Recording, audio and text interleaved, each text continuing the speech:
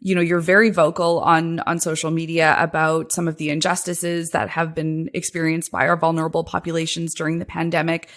How was it hard for you at all as you started putting that content out? I mean, did you ever worry about what your employer might say or what your colleagues might say?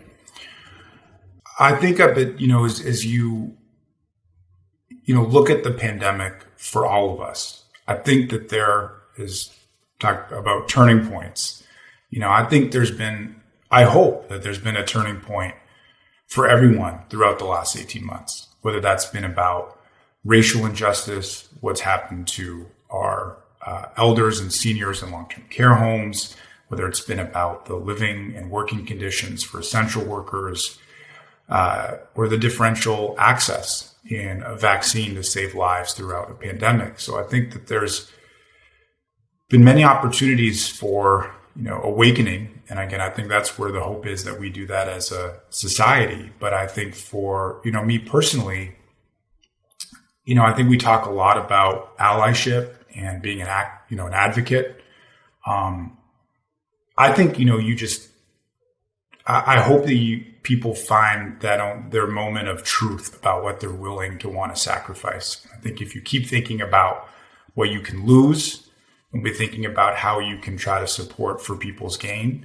And I think that's a really important distinction, though, is I think when we talk about performances or performative allies and things is that, you can do a whole lot of hashtag stuff, which can be important. And I think people who are trying to support different movements, that's something where, again, we're seeing more awareness and activism on social media.